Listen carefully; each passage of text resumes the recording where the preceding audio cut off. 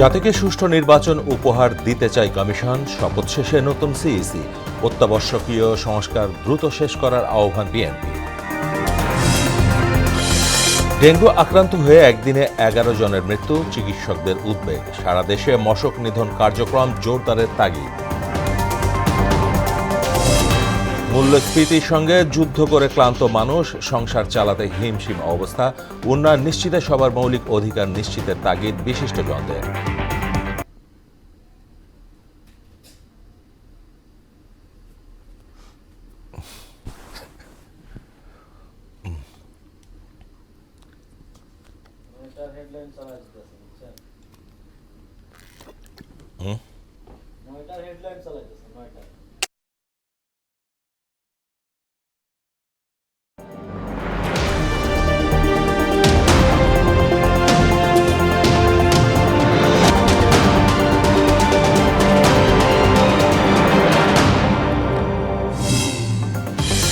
জাতিকে সুষ্ঠু নির্বাচন উপহার দিতে চায় কমিশন, শপথ শেষে নতুন সিইসি, অত্যাবশ্যকীয় সংস্কার দ্রুত শেষ করার আহ্বান বিএনপি। ডেঙ্গু আক্রান্ত হয়ে একদিনে 11 জনের মৃত্যু, চিকিৎসকদের উদ্বেগ, সারা দেশে মশক নিধন কার্যক্রম জোরদারের তাগিদ। মূল্যস্ফীতির সঙ্গে যুদ্ধ করে ক্লান্ত মানুষ, সংসার চালাতে হিমশিম অবস্থা, উন্নয়ন নিশ্চিতে সবার মৌলিক অধিকার নিশ্চিতের তাগিদ বিশিষ্টজনদের। এবং জলবায়ু পরিবর্তনের চ্যালেঞ্জের মোকাবেলায় দরিদ্র দেশগুলোকে $300 বিলিয়ন সহায়তার প্রতিশ্রুতি, সিদ্ধান্ত বাস্তবায়নের আহ্বান জাতিসংঘ মহাসচিবের।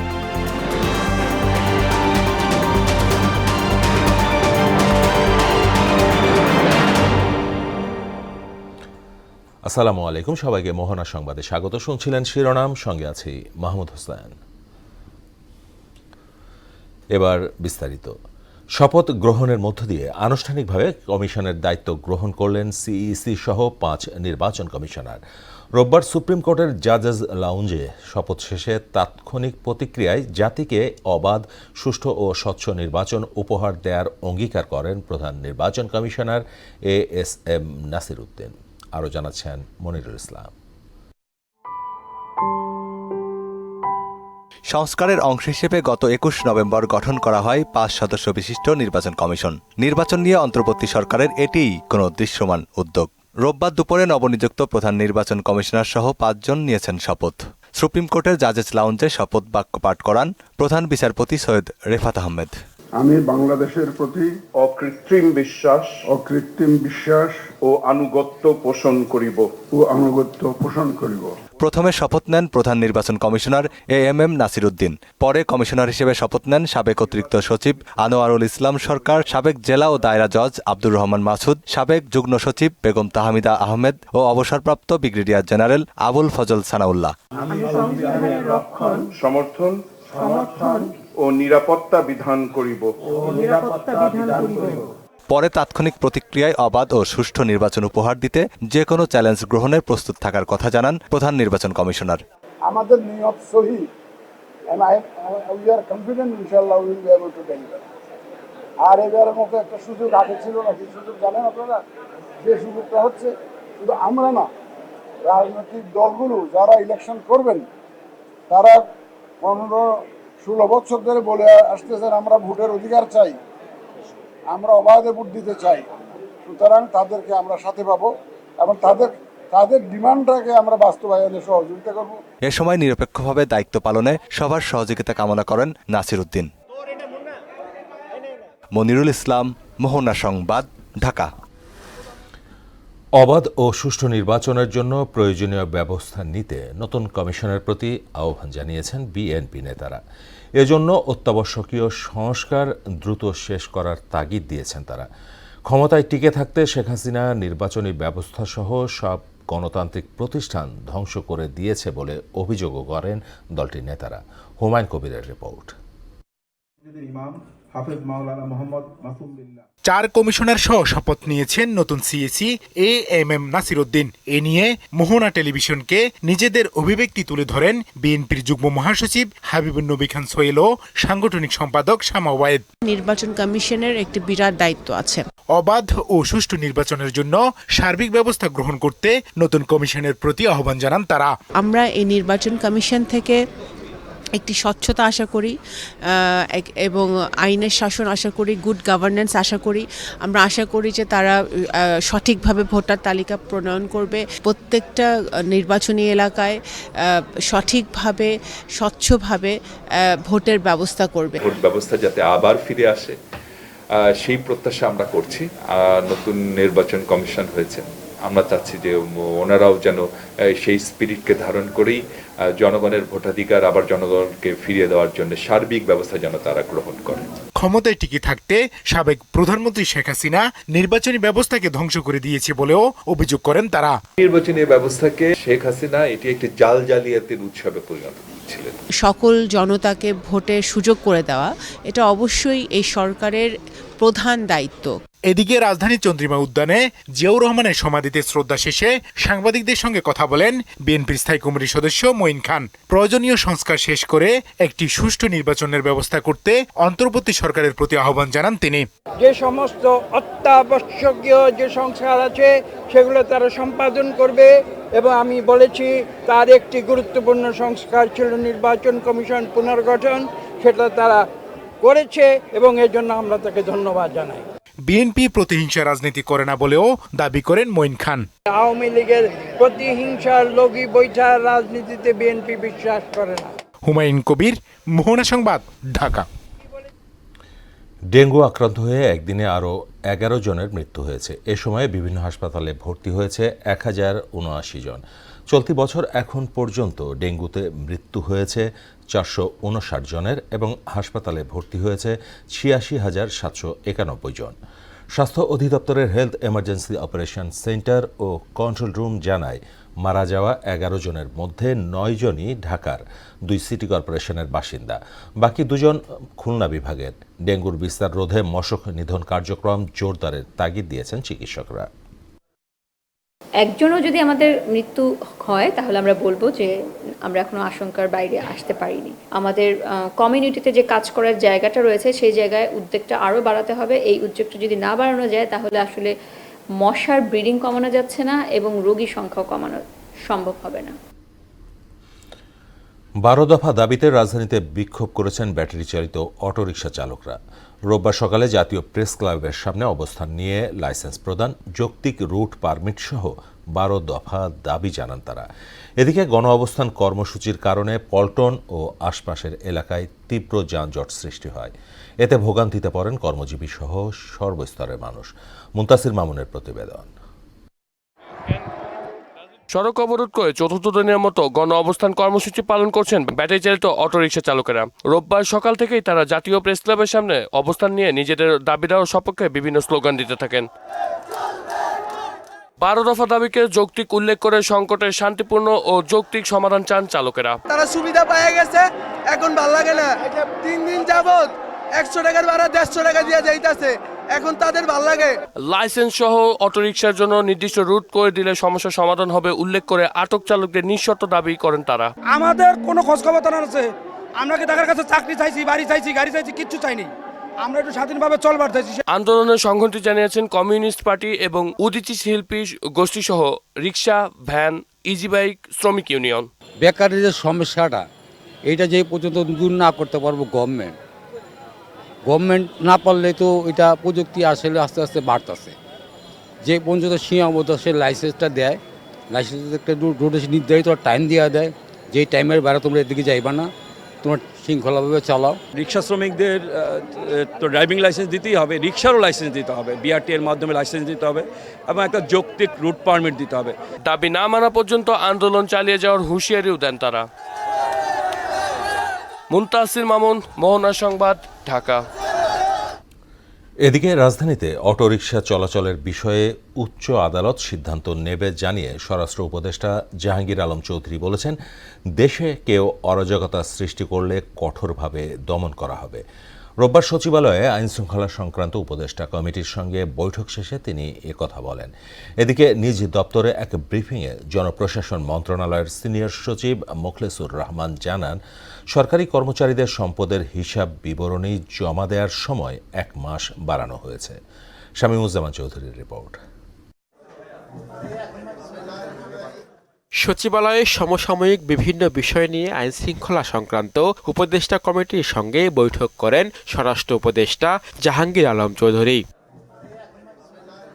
সভা শেষে উপদেষ্টা বলেন, ট্রাফিক উন্নয়ন, যানজট নিরসন সহ রাজধানীতে সভা সমাবেশে ভোগান্তি দূরীকরণের বিষয়ে বৈঠকে সিদ্ধান্ত হয়েছে। বিজয় দিবস সম্বন্ধে আমাদের আলোচনা হয়েছে, তারপরে দুষ্কৃতিকারীদের গ্রেপ্তার প্রসঙ্গে আলোচনা হয়েছে এবং চাপ দিয়ে হয়রানি ওরা হয় যে এইগুলির ব্যাপারেও আলোচনা হয়েছে এবং মাদকের ব্যাপারে আমাদের আলোচনা হয়েছে।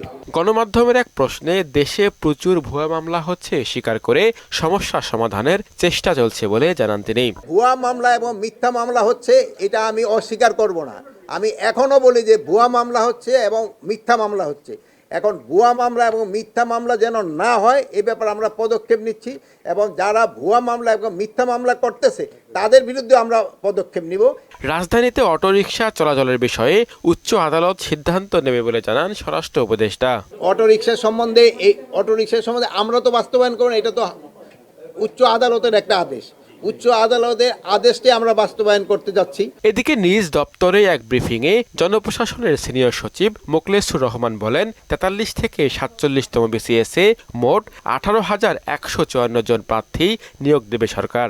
আমরা ইমিডিয়েট বিসিএসে 18,149, 43তম বিসিএস যেটা অলরেডি 1 জানুয়ারি 2025 যোগদান করার কথা, তাদের ব্যাপারে সর্বশেষ এনএসআই এবং ডিজিএফআই এর মাধ্যমে একটা অধিকতর যাচাই চলছে এবং এদের যাচাইটা আমরা এই মাসের মধ্যেই চেয়েছি। বর্তমানে সরকারি চাকরিতে 5.5 লাখ পদ ফাঁকা আছে বলে জানান জনপ্রশাসনের এই সিনিয়র সচিব। বিভিন্ন ক্ষেত্রে চাকরি হবে 5.5 লাখ পোস্ট খালি আছে, 5.5 লাখ। এটা আমরাও চিন্তা করছি, যেহেতু ওরা 1 মাস বাড়াইছে। এটা আপনাদেরকে এখন বললে হবে আনঅফিসিয়াল, কিন্তু আমি একটা চিঠি ইস্যু করবো, আমাদের আপলোড করবো, আপনাদেরকে দিব। আমরাও 1 মাস বাড়ানোর চিন্তা করতেছি।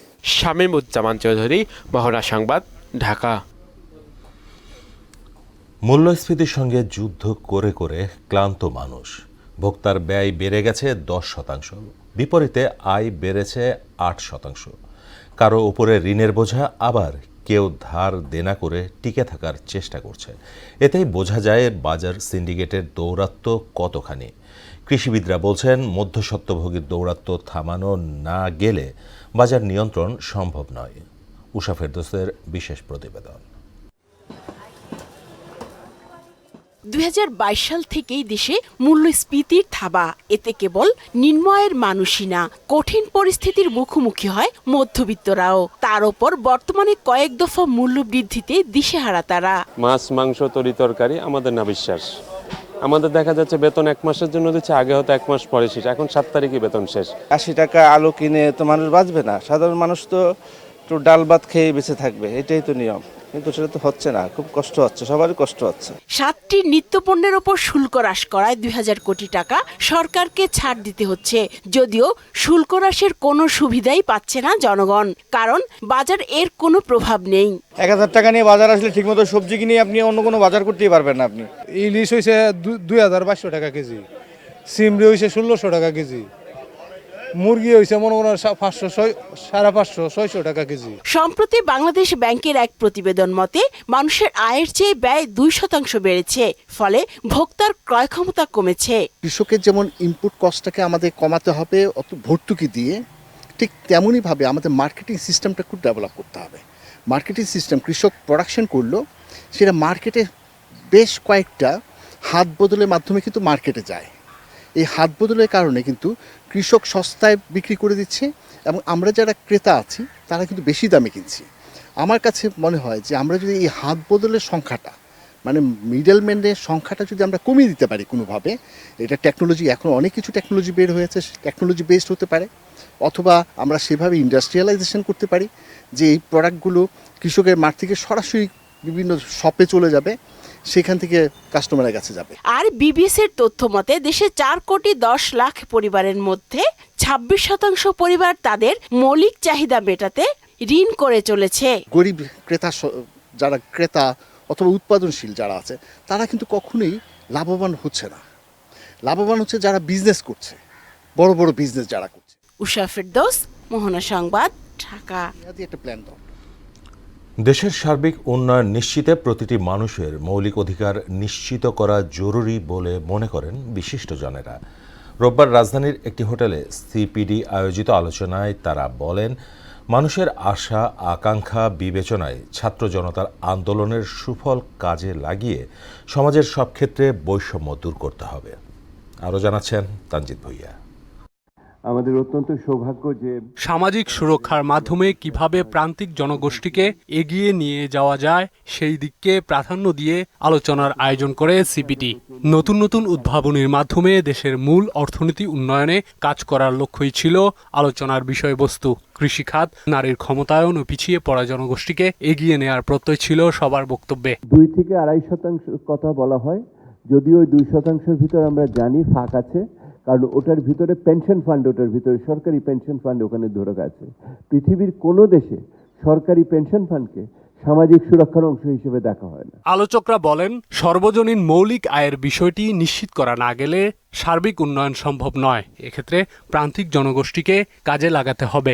এটা তাদেরকে উদ্দীপ্ত রাখতে হবে যেন তারা প্রেশার ফ্রি ভাবে কাজ করতে পারেন। লোকাল কমিটির ভূমিকাটা অনেক বেশি গুরুত্বপূর্ণ এটার ভেতরে। বাজার এর সাথে তাল মিলিয়ে একটা আমরা মিনিমাম ওয়েজ তৈরি করতে হবে এবং সেইটা কিভাবে একটা ন্যাশনাল মিনিমাম ওয়েজে পৌঁছাতে পারবো। ছাত্র জনতার আন্দোলনের কথা সবাইকে মনে করিয়ে দিয়ে দেশের সব ক্ষেত্রে বৈষম্য দূর করার আহ্বান জানান সিপিডির সম্মাননীয় ফেলো। বাংলাদেশে যে উত্তরোত্তর যে বৈষম্য হচ্ছিল, আয় বৈষম্য, ভোগ বৈষম্য, সম্পদ বৈষম্য, সেইটার একটা বিরুদ্ধে একটা অবস্থান থেকে কিন্তু আজকের এই আলোচনাটাকে দেখতে হবে। মানুষের আশা আকাঙ্ক্ষা বিবেচনায় স্বাস্থ্য ও শিক্ষাকে অগ্রাধিকার দিয়ে স্থানীয় সরকারের উপর গুরুত্ব দেওয়ার কথা উল্লেখ করেন বিএনপির স্থায়ী কমিটির সদস্য আমির খসরু মাহমুদ। আমরা যদি ইউনিভার্সাল হেলথ কেয়ারটা দিতে পারি একটা ফ্যামিলিকে, তাহলে তার যে চিকিৎসার খরচটা, প্রত্যেক ফ্যামিলিতে একটা চিকিৎসার খরচ আছে এবং বাংলাদেশের মধ্যে এটা highest. Universal health care, education সাথে সমন্বয় এটা করা যেতে পারে। বিগত সরকারের দুর্নীতি ও অনিয়মের কড়া সমালোচনা করেন আলোচকরা। উপজেলা চেয়ারম্যানের আত্মীয় স্বজন একটি বাড়ি একটি খামারের সুযোগ পেয়েছে। ইভেন আওয়ামী লীগের অনেক লোক পায়নি। অন্য আপনি সাধারণ জনগণ তো বাদই দেন। তানজিদ ভুইয়া, মোহনা সংবাদ, ঢাকা। দেশে চলতি নভেম্বর মাসের 23 দিনে 172 কোটি 63 লাখ মার্কিন ডলার রেমিট্যান্স এসেছে। দেশীয় মুদ্রায় যার পরিমাণ 20,716 কোটি টাকা।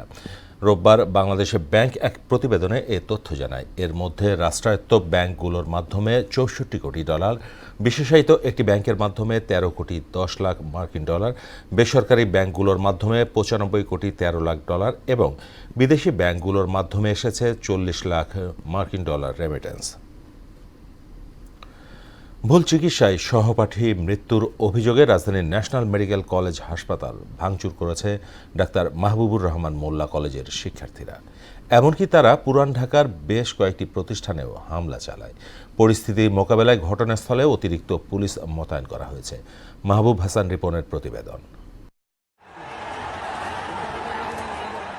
অভিজিৎ হালদার নামে ডাক্তার মাহবুবুর রহমান মোল্লা কলেজের এক শিক্ষার্থীর ভুল চিকিৎসায় মৃত্যুর অভিযোগে সদরঘাট এলাকায় ন্যাশনাল মেডিকেল কলেজ হাসপাতাল ভাঙচুর করেছে মৃতের সহপাঠীরা। শিক্ষার্থীদের অভিযোগ, অভিজিৎ ডেঙ্গু জ্বরে আক্রান্ত হয়ে ন্যাশনাল মেডিকেলে ভর্তির 2 দিন পর 18 নভেম্বর মারা যান। ভুল চিকিৎসায় তার মৃত্যু হলেও বিষয়টি হাসপাতাল কর্তৃপক্ষ টাকার বিনিময়ে ধামাচাপা দেওয়ার চেষ্টা করছে। আমাদের অভিজিতের খিচুড়ি উঠে যায়, তখন তারা বলেছে যে ছেলে নেশা করে এই কারণে তার খিচুড়ি উঠছে, কিন্তু ছেলে এরকম কিছু করতো না। দেন ওকে লাইফ সাপোর্টে নিয়ে যায়। লাইফ সাপোর্টে নিয়ে যাওয়ার পর ও লাশ বের করে দেয়, ও মারা যায়। তখন আমরা তারপর প্রায় 3-4 ঘন্টা ডাক্তার আমাদের ডেথ সার্টিফিকেট দেয় না। লাস্টে ফাইনাল ডিসিশন জানাইছে যত বিল আসছে বিল আর দেওয়া লাগবে না, আর 10,000 টাকা ক্ষতিপূরণ দিবে। এর প্রতিবাদে গত ২১ নভেম্বর হাসপাতাল ফটকে মানববন্ধন চলাকালীন সোহরাওয়ার্দী কলেজ ও কবি নজরুল কলেজের ড্রেস পরিহিত কিছু শিক্ষার্থী হামলা চালায় বলে অভিযোগ করেন তারা। সেই ঘটনার জেরে ডাক্তার মাহবুবুর রহমান মোল্লা কলেজের শিক্ষার্থীরা প্রথমে হাসপাতালে প্রধান ফটক আটকে ভাঙচুর এবং পরবর্তীতে কবি নজরুল সরকারি কলেজ ও সোহরাওয়ার্দী কলেজে ঢুকে ব্যাপক ভাঙচুর করে।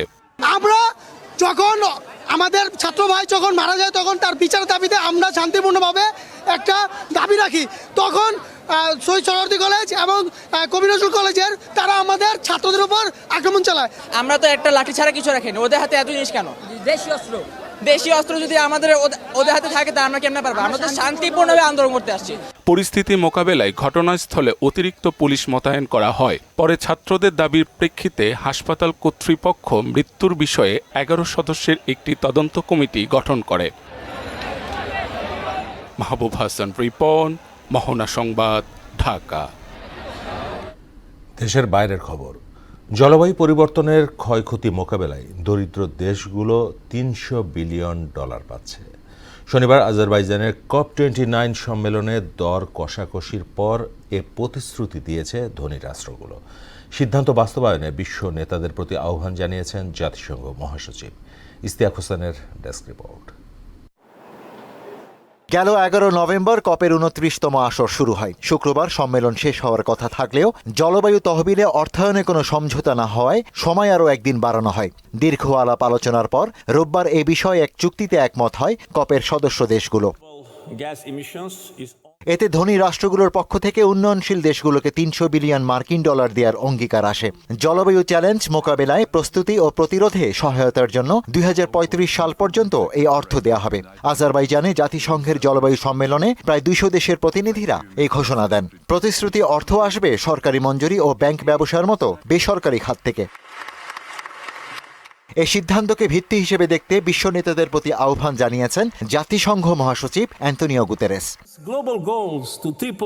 বর্তমানে এ তহবিলে প্রতি বছর $100 বিলিয়ন জমা দিচ্ছে উন্নত দেশগুলো, যার মেয়াদ শেষ হচ্ছে 2025 সালে। জলবায়ু তহবিলে জমা দেয়া এই অর্থ দরিদ্র দেশগুলোর অর্থনীতিকে আরও পরিবেশ বান্ধব করতে এবং জলবায়ু সংকটের কারণে সৃষ্ট দুর্যোগ মোকাবেলায় ব্যয় করা হয়। ইশতিয়াক হোসেন, মোহনা সংবাদ। যুক্তরাষ্ট্রের বাজারে তৈরি পোশাকের শুল্কমুক্ত প্রবেশাধিকার পেতে 11টি শর্ত পূরণ করতে হবে বলে জানালেন বাণিজ্য উপদেষ্টা শেখ বশিরউদ্দিন।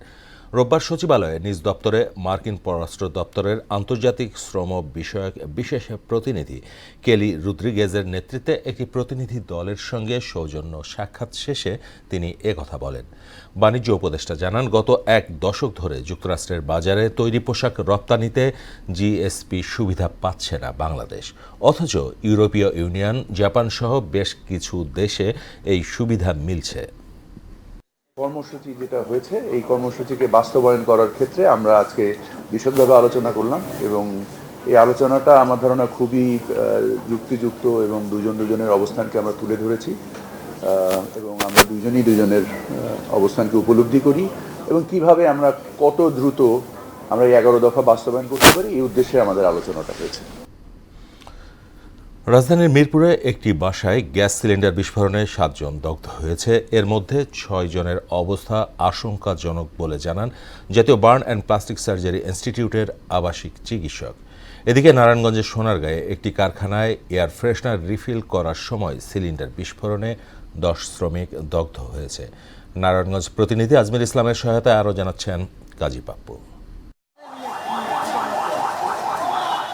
মিরপুর 11 সি ব্লকের 5 নম্বর সড়কের একটি বাসার গ্যাস সিলিন্ডার লিকেজ থেকে বিস্ফোরণের ঘটনায় নারী শিশু সহ 7 জন দগ্ধ হয়েছে। দগ্ধ অবস্থায় তাদের জাতীয় বার্ন অ্যান্ড প্লাস্টিক সার্জারি ইনস্টিটিউটের জরুরি বিভাগে আনা হয়।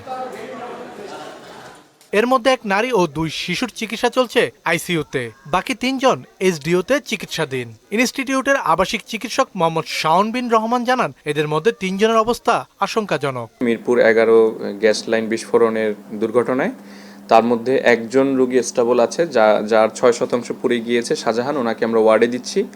বাকি 3 জন হচ্ছে একজনের আপনার 95%, আর একজনের হচ্ছে 20% এবং আরেকজনের 14%। সবারই শ্বাসনালী পুড়েছে, যার জন্য ওনাদের 3 জনকে আমরা এসডিইউতে দিচ্ছি।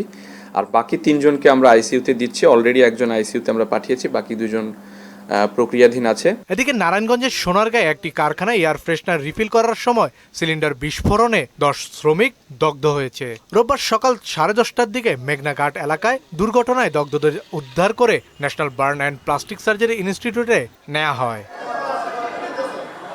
কাজী পাপ্পু, মোহনা সংবাদ, ঢাকা। বান্দরবানের রুমা উপজেলায় সেনাবাহিনীর সঙ্গে বন্দুকযুদ্ধে কুকি চীন ন্যাশনাল আর্মির 3 সদস্য নিহত হয়েছে। রোববার আন্তঃবাহিনী জনসংযোগ পরিদপ্তর ISPR জানায়, রুমার গহীন জঙ্গলে KNA এর গোপন আস্তানায় অভিযান চালায় সেনাবাহিনী। টের পেয়ে সন্ত্রাসীরা গুলি চালালে সেনাবাহিনীও পাল্টা জবাব দেয়। এতে গুলিবিদ্ধ হয়ে 3 সন্ত্রাসী মারা যায়। অভিযানে অস্ত্রসহ অন্যান্য সরঞ্জামাদি উদ্ধার করেছে সেনাবাহিনী। ঝালকাঠিতে ভাঙছে বিষখালী নদীর তীর। এরই মধ্যে বিলীন হয়ে গেছে স্কুল, দোকানপাট ও বসতঘর। ভাঙনের ঝুঁকিতে রয়েছে মসজিদ, মাদ্রাসা সহ ব্যবসা প্রতিষ্ঠান। তাতে নির্ঘুম রাত কাটছে এলাকার বাসিন্দাদের, যদিও ভাঙন রোধে পদক্ষেপ নেয়ার আশ্বাস দিয়েছে পানি উন্নয়ন বোর্ড। রুহুল আমিন রুবেলের প্রতিবেদন, জানাচ্ছেন আফরিন পপি। ঝালকাঠির রাজাবাজারের বিষখালী নদীর তীরে অবস্থিত বাদুরতলা বাজার ভাঙনে কয়েক দফায় স্থানান্তরিত করা হলেও রক্ষা করা যাচ্ছে না বাজারটি। ইতিমধ্যে ভাঙনে বিলীন হয়ে গেছে বড়ইয়া, মঠবাড়ি, পুখরিজানা এবং বাদুরতলা স্কুল, বাজার ও বসতবাড়ি সহ নানা স্থাপনা। ফের ভাঙন ঝুঁকিতে রয়েছে দোকান, বসতঘর, মসজিদ ও মঠবাড়ি ইউনিয়ন মাধ্যমিক বিদ্যালয়। এছাড়া সুগন্ধা নদীর ভাঙনে ঝালকাঠি সদরের চরকাঠি, ভাটারাকান্দা, কৃষ্ণকাঠি, দেউড়ি, দিয়াকুল, নলছিটির বহরমপুর, ষাটপাকিয়া, মল্লিকপুর এলাকার গুরুত্বপূর্ণ স্থাপনা নদীগর্ভে বিলীন হতে পারে জানিয়েছেন নদীপাড়ের বাসিন্দারা। তাই দ্রুত স্থায়ী বাঁধ নির্মাণের দাবি তাদের। নদী ভাঙছে কয়েক ফিট পানি লাগছে। আমার একটা নদীতে গেছে, কিছু রাখতে পারিনি, আর একটাও যাইতে আছে। যে বাড়ি সেই দরজায় আমি খাড়াই রয়েছি, আমার ভাঙে যাইতে আছে। স্কুল ভবন আমাদের খুব ভাঙনের আক্রান্ত আছেন, হয়তো অচিরে আমাদের একটা ভবন চলে যাওয়ার সম্ভাবনা রয়েছে। 2বার দোকান আমি সরাইছি, 2বার ভাঙার, এখন এই বাঙ্গল খুলে অনেক কষ্ট হইতে আছে। আমরা যে দোকানদারি করি, বাজার থেকে কয়েকটা দোকান নামিয়ে গেছে। এখন যে অবস্থায় ভাঙার শুরু হয়েছে, কিছুদিন এরকমের ভাঙলে বাজার থাকবে না। বিষয়টি জেনে পানি উন্নয়ন বোর্ডের এই কর্মকর্তা বললেন, বরাদ্দ পেলে কাজ শুরু করবেন। সরজমিনে পরিদর্শন করেছি, প্রাক্কলন প্রস্তুতের কাজ চলমান আছে। আমরা ভবিষ্যতে জরুরি ভিত্তিতে কাজ করার জন্য প্রয়োজনীয় ব্যবস্থা গ্রহণ করব। আর নদী ভাঙনের হাত থেকে রক্ষা পেতে দ্রুত কার্যকর পদক্ষেপ গ্রহণ করার দাবি জানিয়েছেন ক্ষতিগ্রস্তরা। আফরিন পপি, মোহনা সংবাদ। বাংলাদেশ পরমাণু কৃষি গবেষণা ইনস্টিটিউটের লোভনীয় প্রণোদনার আমন ধান চাষ করে মাথায় হাত পড়েছে ময়মনসিংহের প্রায় 150 কৃষকের। ধান কেটে বাড়ি নেয়ার পর চিটা ছাড়া আর কিছুই মিলছে না। এদিকে জয়পুরহাটে ব্রি ধান 17 জাতের ভেজাল আমন ধানের বীজ লাগিয়ে কৃষকের সর্বনাশ হয়ে গেছে। ময়মনসিংহ থেকে মফিজউদ্দিন ও জয়পুরহাট থেকে মিলন রায়হানের প্রতিবেদন, জানাচ্ছেন বুসরাত জাহান। ময়মনসিংহ সদর উপজেলার ক্ষুদ্র কৃষক বাবুল মিয়া মাত্র 3 কাঠা ফসলি জমির মালিক। সে ভালো ফলনের আশায় চলতি আমন মৌসুমে চাষ করেছিলেন বিনা ধান 11 ও 17। প্রয়োজনীয় সার, সেচ ও কীটনাশক সহ নিয়মিত পরিচর্যার পরও সব ধানই হয়েছে চিটা। একই অবস্থা বিনা জাতের ধান আবাদ করা এলাকার অন্যান্য কৃষকদেরও। প্রয়োজনীয় সার, সেচ ও কীটনাশক সহ নিয়মিত পরিচর্যার পরও গোলায় উঠাতে পারেনি আমন ধান। এ নিয়ে বিনার কর্মকর্তারা আশ্বাস দিলেও ক্ষতিপূরণ পায়নি কোনো কৃষক। এই বছর মনোগঞ্জে বিনা ধান করিয়া মনোগঞ্জে একটা ঠাইত মরে গেছি। এই যে 10-12 কাটা মাটি করলাম, মনোগঞ্জে সব চুষা, সব চিড়া হয়ে গেছে, খালি হুদা নারাডি। 140 জনের মতন কৃষক বিনা 11 এবং 17 চাষাবাদ করছি, করাতে সমস্ত ফসল ধান চিটা হয়ে আছে। 12 কাটা মাটি কাটছি, মূর্তে আমার 10 মণ ধান হয়েছে, সব চুষা। আমরা এখন সরকারের কাছে কিছু আবেদন চাই যে আমাদের কিছু ক্ষতিপূরণ দিক। তবে ক্ষতি পুষিয়ে নিতে কৃষকদের সহায়তা দেওয়ার কথা জানান বিনা কর্মকর্তা। সরিষার বীজ দিব, পরে সরিষার সার দেওয়া যেতে পারে এবং পরবর্তীতে আমরা বড় ধানেরও বীজ দিয়ে তাদেরকে প্রদর্শনী করে আমরা হয়তো সেই কিছুটা হয়তো এখান থেকে তাদের যে ক্ষতি কিছুটা হয়তো পুষিয়ে নেওয়ার সম্ভাবনা থাকতে পারে। আগামীতে বিনা ধান আবাদে কৃষক তাদের ক্ষতি পুষিয়ে নিতে পারবে, এমনটাই প্রত্যাশা সবার। বুশরাত জাহান, মোহনা সংবাদ। আবারও দেশের বাইরের খবর। পাকিস্তানের উত্তর পশ্চিমাঞ্চলীয় খাইবার পাখতুনখাওয়া প্রদেশে মুসলিমদের দুই সম্প্রদায়ের সংঘর্ষে অন্তত ৩২ জন নিহত হয়েছে। এর মধ্যে ১৪ জন সুন্নি ও ১৮ জন শিয়া। সংঘর্ষে অর্ধশতাধিক মানুষ আহত হয়েছে জানিয়ে রাজ্য প্রশাসন। বৃহস্পতিবার শিয়া যাত্রীবাহী গাড়িতে বন্দুকধারীদের হামলায় ৪৩ জনের প্রাণহানির পর এ সহিংসতার ঘটনা ঘটল।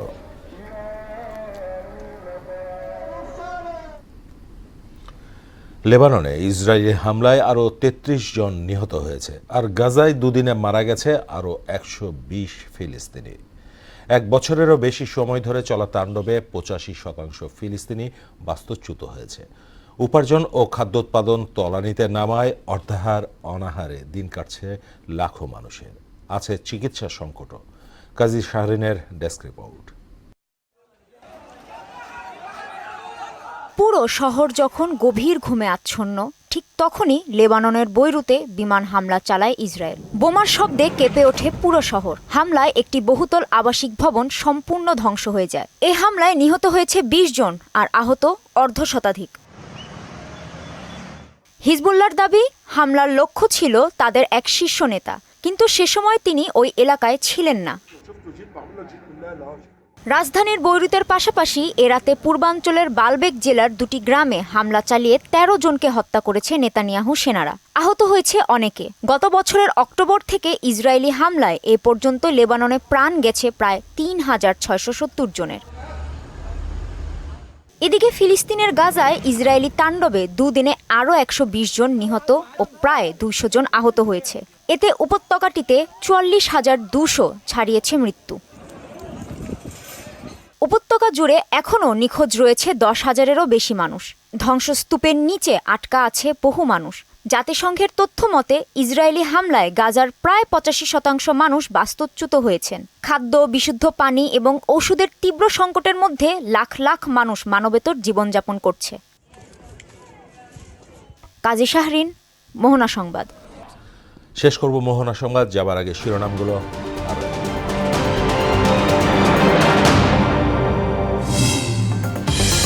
জাতিকে সুষ্ঠু নির্বাচন উপহার দিতে চায় কমিশন, শপথ শেষে নতুন সিইসি। অত্যাবশ্যকীয় সংস্কার দ্রুত শেষ করার আহ্বান বিএনপি।